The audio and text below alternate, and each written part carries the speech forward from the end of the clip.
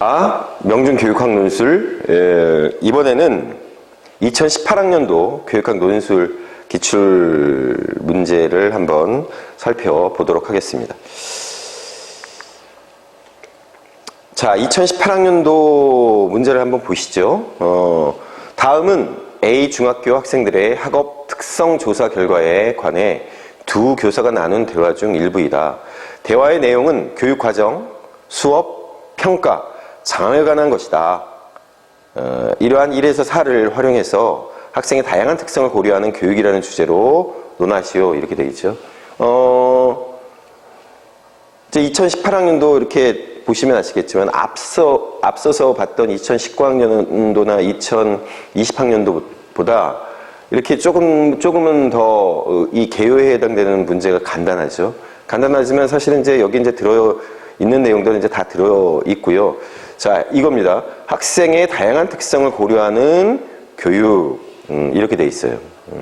그러면은 우리가 너무나 당연히 머릿속에 딱 떠올라야 되는 게 이거 학생 중심 교육과정이라고 하는 것이 이 문제에 있어가지고 이제 기저에 있는 그런 내용이겠구나라고 하는 걸 갖다가 이제 일단 염두에 두시고, 그래서 이제 박 교사하고 김 교사가 이렇게나 많이 이제 쭉 얘기를 합니다. 그래서 사실은 이제 여기서 우리가 이제 초안으로 재빨리 옮겨놓고 정리해야 될 내용들이 이제 굉장히 많은 거죠. 이거는 진짜 시나리오 아닙니까? 시나리오. 그러니까 앞서 봤던 것처럼 어떤 메모라든지 아니면은 그런 어떤 보고서라든지 이런 거 같은 경우에는 오히려 쉬운데, 이렇게 두 교사가 이렇게 이쪽에 이제 시나리오를 짜서 이게 대본이죠, 대본. 그러니까 박 교사하고 김 교사하고 이제 서로 그런 어떤 역할을 나눠 맡아가지고 무대에 올라가지고 서로 연극을 해도 돼요. 그러니까 이제 그러한 것들을 갖다가 이렇게 빨리 캐치하는 게 이제 관건이 되겠죠. 그래서 이제 이렇게 학업 특성에 대해서 이렇게 해 놓은 거예요. 자, 그래서 이제 이렇게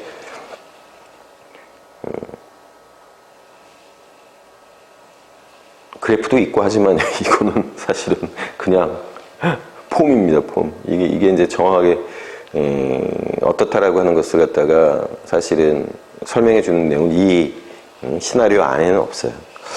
어쨌든 그렇고요. 그래서 이렇게 이제 논술의 내용에 대해서 첫 번째는 이제 워커, 두 번째는 PBL, 문제중심 학습하고 관련되어 있는 거, 그 다음에 이제 평가, 그렇죠? 그 다음에 이제 교내 장학, 장학과 관련된 거. 제가 이제 두 달 전쯤에 찍은 동영상에서 얘기했지만 이런 문제를 내고 XX야 교육학 1타 강사님이 그랬다라고 하는 중앙일보 기사를 소개해 드린 바 있는데, 근데 이제 이게 이제 동료 장학이잖아요.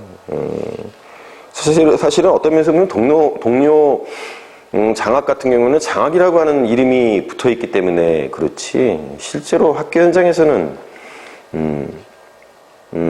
굉장히 많이 벌어지는 일입니다. 그러니까 이제 고참 선생님께 그러니까 신참이 많이 묻기도 하고, 또 시어머니처럼 또 고참 선생님이 이제 이렇게 개입하기도 하고, 조언을 빙자한 이러저러한 간섭하기도 하고 그렇습니다. 그런 일들이 비일비재한데 장학이라고 하는 이름만 붙어 있을 따름이지, 그걸 갖다가 굳이 그렇게 화까지 내고 XX 이런 말까지 써가면서 그렇게 할 필요는 없었던 내용이에요.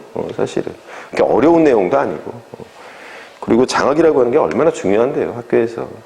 굉장히 중요한 일입니다. 그게 교육행정 쪽에 있어서 관리자들이 개입하고, 그렇죠? 행정 조직에 개입하고 그렇게 생각한다면 참 깝깝한 일이고, 그렇긴 하지만 옛날하고 많이 달라졌어요. 옛날에는 정말로 장학사나 장학관이 학교에 떴다 그러면은 난리법석이 나고, 저희 같은 경우에는 이제 지금과 같은 학교가 아니라 마루로 된 학교이고 그러다 보니까, 또 지금은 학교의 그 안전 이런 시설물들이 잘 돼 있고 절대로 또 밖에 나가가지고 아이들이 뭐 이렇게 창문 닦고 하는 일들을 못하게 하지만 옛날에는 그게 장학사 장학관 온다고 해갖고 밖에 나가가지고 이렇게 그 창문 닦고 하다가 애들이 떨어져가지고 막 사고도 벌어지고 막 그랬어요. 그만큼 이제 장학관이니 장학사니 하는 분들이 오면 막 왁스, 여러분들 왁스 아시나요? 그거 가지고 막 그 바로 바닥 그 걸레 각자 가져와가지고 광 넣고 막 별 희한한 광경이 그냥 막 펼쳐지고 막 그랬지만 지금은 아니잖아요. 지금은 그 정도까지 막 그렇게 되지도 않고 또 예전하고 다르죠. 예전하고 정말 다릅니다. 그 선생님들 간의 이제 관계라고 하는 것도 많이 달라졌기 때문에 예, 그렇습니다. 어쨌든 그래서 이렇게 이제 돼 있어요. 그럼 한번 살펴보도록 할게요. 이것을 그래서 이제 초안 작성하고 관련해서 본문부터 한번 정리 한번 해보도록 할게요.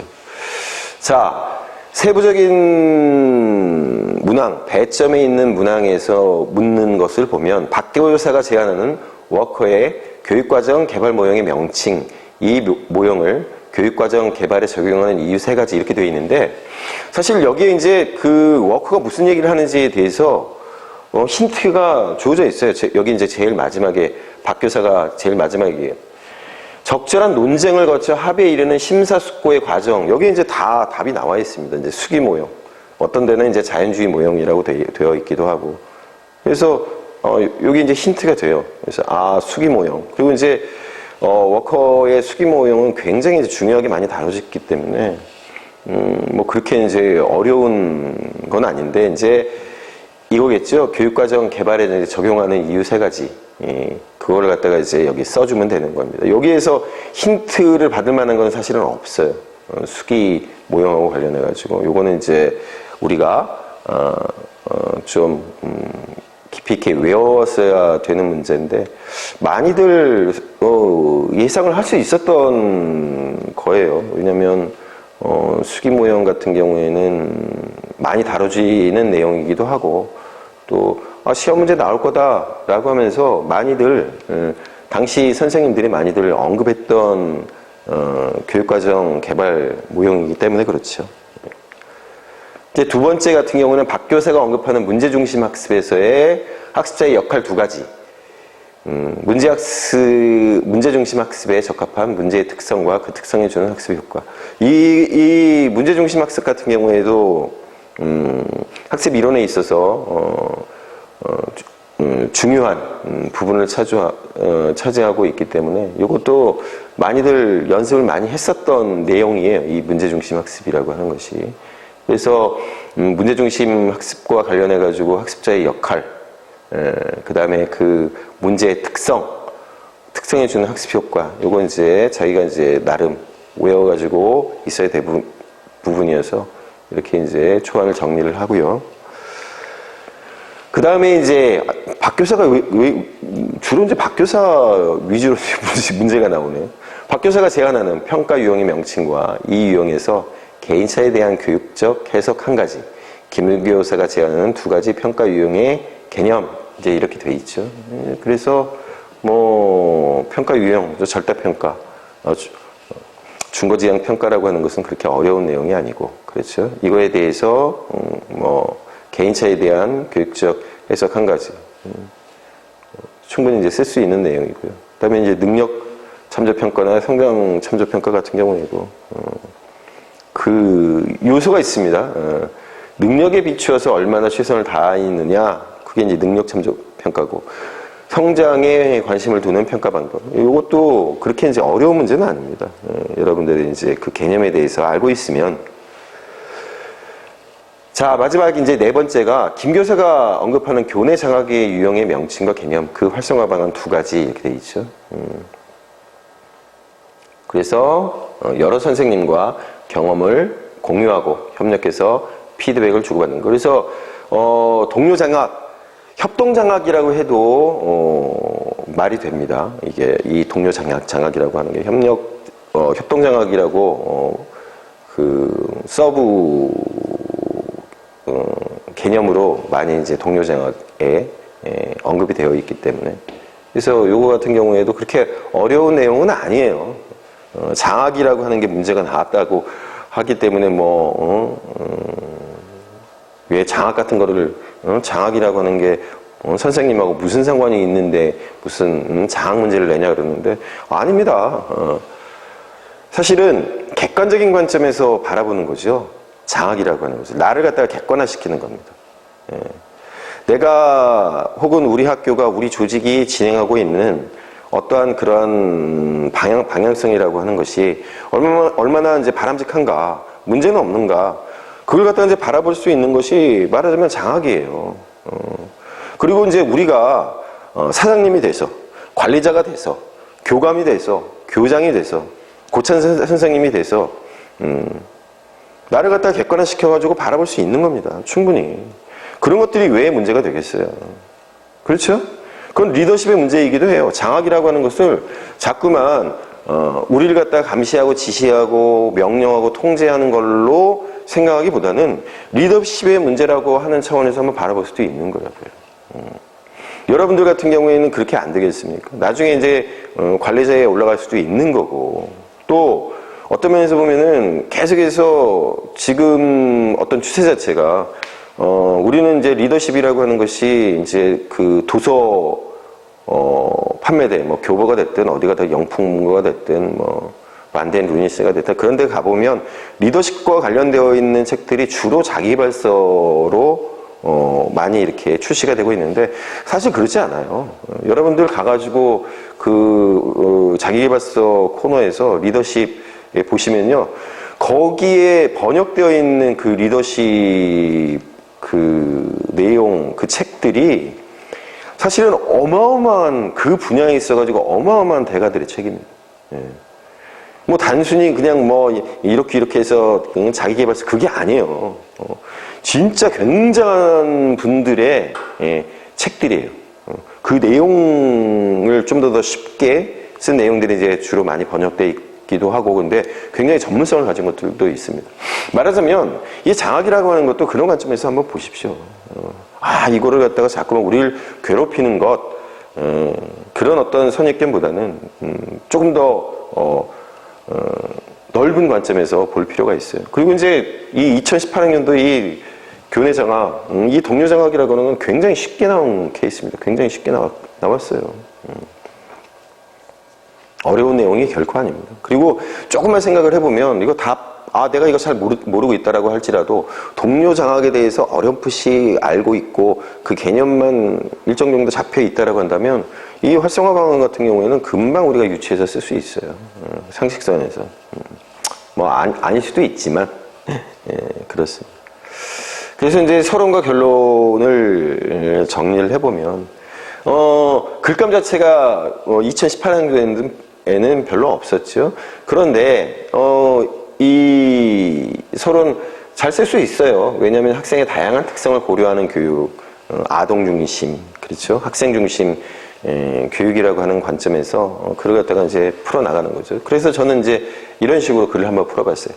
학교를 둘러싼 사회 환경의 극심한 변화는 학생들에게 큰 영향을 미치면서 학생들도 예전과 다르게 다양한 특성을 보여주고 있다. 이러한 점을 감안할 때 학교 교육도 변화가 필요하다는 데 큰 공감대가 형성되고 있다. 이 글에서는 교육과정, 수업, 평가, 장학의 측면에서 학생의 다양한 특성을 고려하는 교육에 대해 살펴보고자 한다. 이렇게 이제 썼습니다. 그래서 제가 계속해서 말씀드리지만 서론을 첫 번째를 갖다가 이제 풀어나가는 게 굉장히 이제 힘겨워해요. 많은 학생들이. 근데 이제 이것도 패턴화 시키면 됩니다. 패턴화. 보고, 그러니까 어떤 클루가 될 수 있는, 저 같은 경우는 학생의 다양한 특성이라고 하는 것이 일종의 클루라고 생각을 했고, 그래서 학생들의 어떤 다양한 특성이라고 하는 것은 옛날에 그렇게 생각하지 않았었잖아요.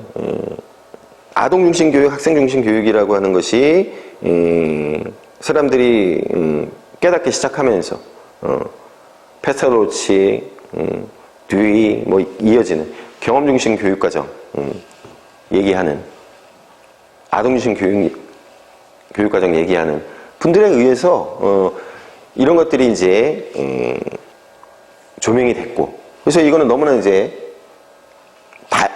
당연시되는 내용인데, 그래서 이제 그런 식으로 글을 풀어본 겁니다. 이것도 이제 연습을 조금 하시면 돼요.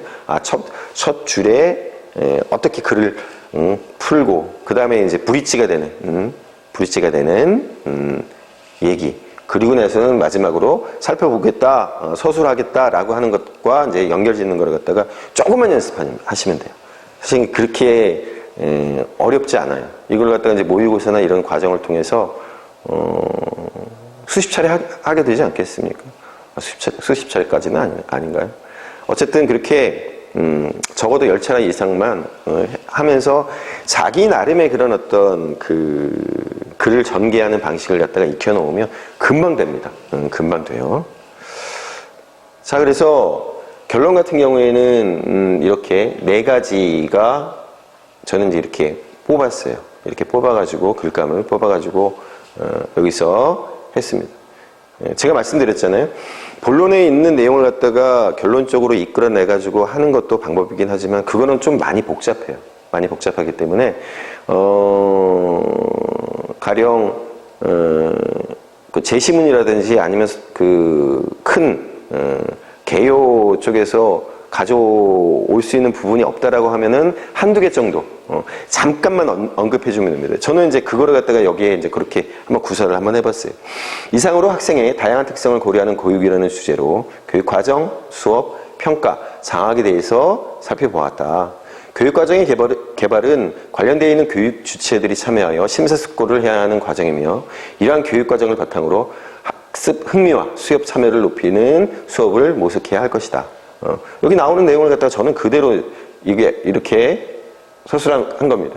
또한 학생의 능력, 적성, 흥미에 적합한 목표를 설정하고 그에 따라 수업과 평가가 이루어져야 하고 그러기 위해서는 평가 결과를 해석하고 판단하는 기준도 달라져야 한다. 제가 이제 여기 이제 그걸 집어넣은 거예요. 그러한 점에서 준거 제한 평가, 능력 참조 평가, 성장 참조 평가는 고려해 볼 만하다. 더불어 여러 선생님과 경험을 공유하고 협력하여 학생의 다양한 특성을 고려하는 수업을 이끌어 나가는 노력이 병행된다면 보다 큰 효과를 거둘 수 있다고 생각한다. 제가 이제 이렇게 글을 갖다가 풀어간 겁니다. 그래서 어렵게 생각하지 마세요. 서론이나 결론이라고 하는 것을 갖다가 풀어나가는 방식을 갖다가 이제 어렵게 생각을 하지 마시고 이렇게 이제 글감을 갖다가 찾고 조금 보편적이고 일반적인 관점에서 결론을 갖다가 맺어주시면 돼요. 그러니까 이제 여기 나오는 것처럼 이걸 쓰긴 해야 되겠는데 여기 제시문 쪽에서 좋은 글감이 없다 그러면 제가 이제 이렇게 한 것처럼 이렇게 한 줄 정도로 갖다가 이제 언급을 해주면 됩니다. 그쪽에서 따와가지고 이런 식으로 고려해 볼 만하다, 참조할 만하다. 이러한 방향은 저는 알맞다고 생각한다, 좋다고 생각한다. 이제 그런 식으로 살짝 문장 하나만 더 넣어주시면 됩니다. 다 쓸 필요는 없어요. 제가 그래서 이걸 갖다가 이제 쭉 이런 식으로 글을 쓴 다음에 우리 이제 문서에 들어가면은 문서 통계라고 하는 거가 나오잖아요. 거기서 이렇게 봤더니 이렇게 썼음에도 불구하고 제가 이제 굉장히 조금 단순하게 서론과 결론을 짓고 뭐 이렇게 했음에도 불구하고 1500자 정도 되더라고요. 1500자를 갖다가 1시간에 이런 식으로 막 해갖고 쓰는 게 굉장히 어려운 일입니다. 부담되는 일이고요. 그런 관점에서 어쨌든 1500자를 넘지 않게 글을 쓰도록 하고 특히나 본론의 내용을 갖다가 많이 쓰려고 많이들 노력을 하시는데 그럴 필요가 없습니다. 절대 그럴 필요가 없어요. 그쪽에서 묻는 거에 따라 가지고 4가지 묻는다라고 하면 4가지만 쓰시면 돼요. 그냥 간단 명료하게. 그래서 이제 앞서 이제 서론 우리들 보았지요. 교육에 대해서 살펴보고자 한다. 그래서 초안 쪽에 이제 되어 있는 걸 갖다가 이제 이렇게 저는 써봤어요. 첫 번째 문제. 교육과정 개발은 교육 주체들의 다양한 의견이 제시되는 과정이라는 점에서 워커의 수기모형은 중요한 시사점을 던져주고 있다. 수기모형은 교육과정을 계획하는 동안 실제 일어나는 것을 정확하게 묘사해 줄 뿐만 아니라 목표를 진술함에 있어서 행동 목표의 강박으로부터 벗어나 보다 창의적으로 활동할 수 있는 공간을 마련해준다. 그래서 저는 이렇게 두 개를 이렇게 이제 잘라가지고 두 가지를 배치를 했고요. 또한 서로 다른 입장과 가치관에서 출발하는 현실을 직시하도록 하여 교육과정 개발을 특수한 상황에 맞출 수 있도록 해준다. 이렇게 이제 앞서 마지막 네 번째 거에 대한 답을 제시를 했어요. 저도 이제 조금 이제 안타까운 면은 저는 이제 간결체를 갖다가 이제 말씀을 드렸는데 요 문장 같은 경우는 굉장히 길죠. 그러니까 이제 브릿지를 갖다가 해가지고 조금 하려고 하면은 막 그리고 또는 막 이런 말들이 나오기 때문에 어차피 요거는 두 문장이 될 수 있는 걸 갖다가 제가 이렇게 해서 조금 자연스럽게 만든 거예요.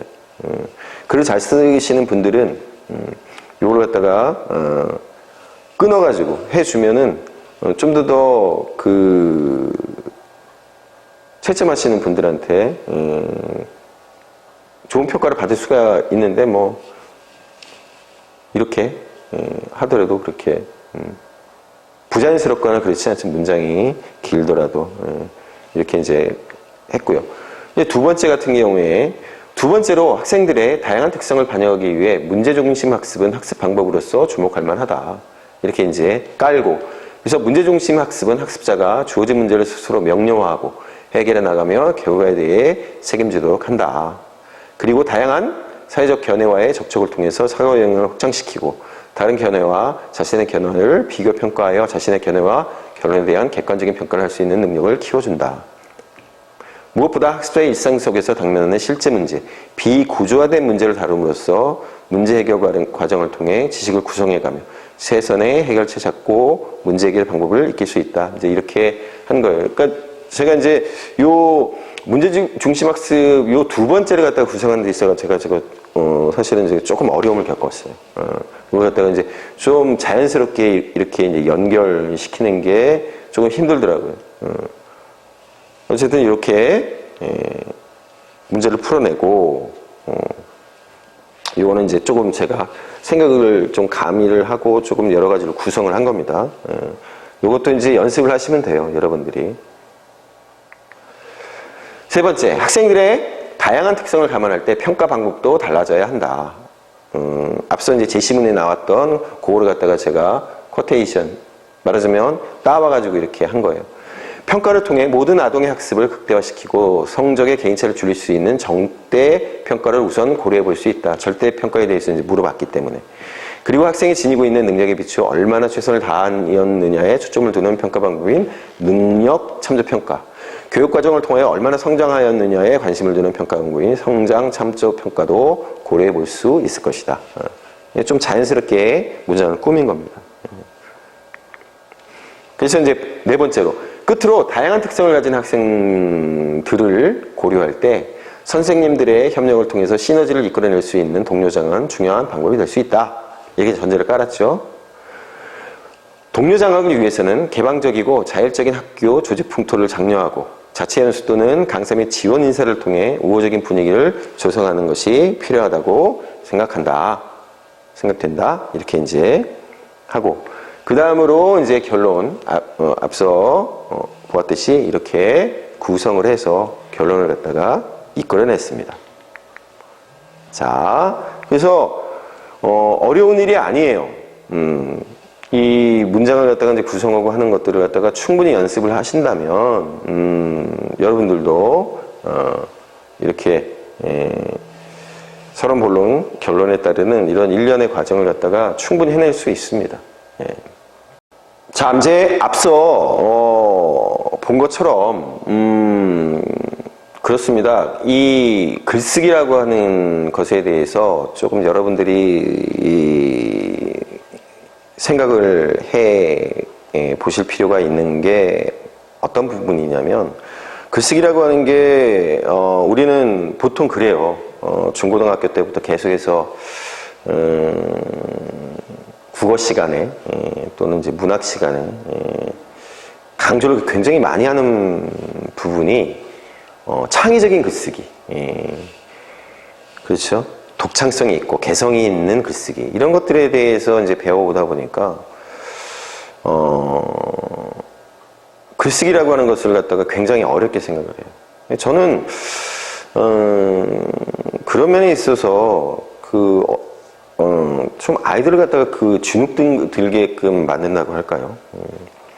글이라고 하는 것이 굉장히 특별한 사람들, 능력을 가진 사람들이 글을 갖다가 잘 쓴다라고 하는 인상을 갖다가 사실 국어 시간이나 문학 시간에 많이 심어준다라고 하는 생각이 들거든요.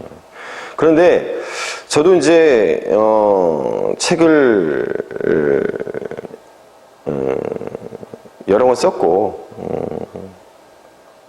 책을 갖다가 이제 기획을 해서 쓰는 데 있어가지고 굉장히 힘들게 이제 글을 쓰기는 합니다만 이런 측면이죠. 제가 이제 그런 어떤 책이나 이런 것들을 갖다가 쓰는 데 있어서 중요한 점은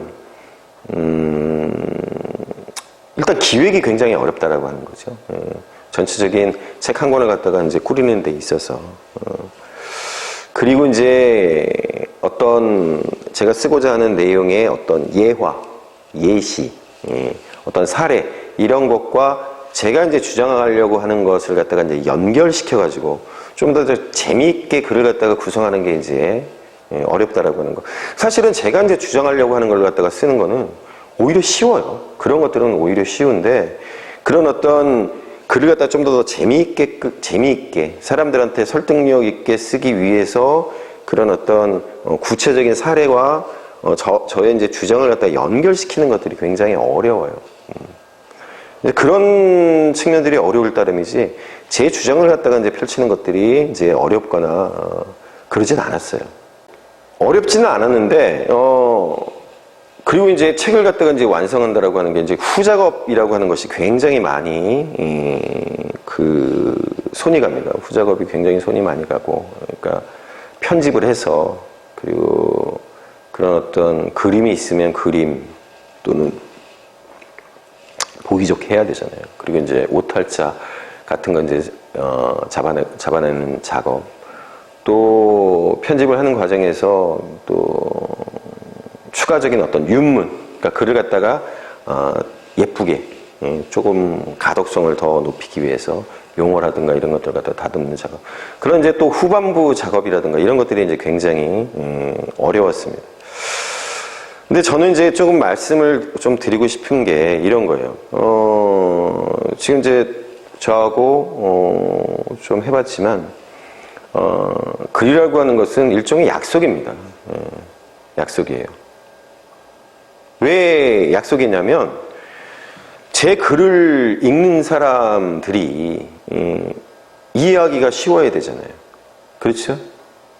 특히나